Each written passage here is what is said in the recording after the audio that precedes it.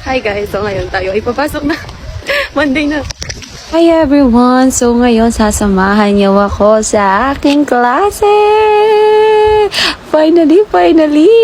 May observation na ako. I have been waiting this for a month na.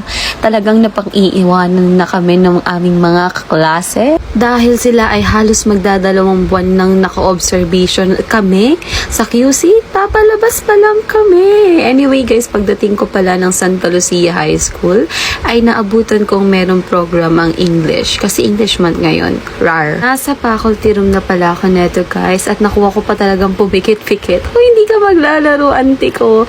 Ayun guys, nasa first class na ako neto.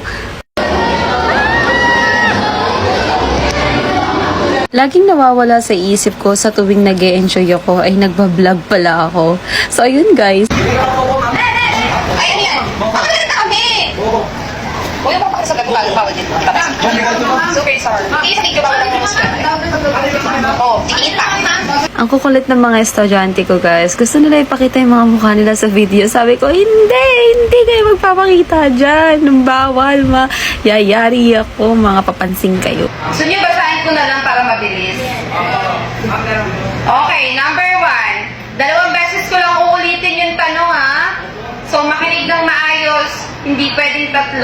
Number 1, ang pambansang kita ay tumutukoy sa kabuoang kita ng mga mamamayan sa isang bansa. Alam niyo ba guys, super bait ng mga city ko lang. Sip-sip yan. Hindi, super bait lang talaga ng mga city ko. Tapos hindi sila madamot when it comes to their knowledge. Talagang sinishare nila sa akin yung mga strategies, techniques, and approaches. Tapos kapag merong akong kailangan i-improve, talagang kino-call out and sinasabi din talaga nila. 9.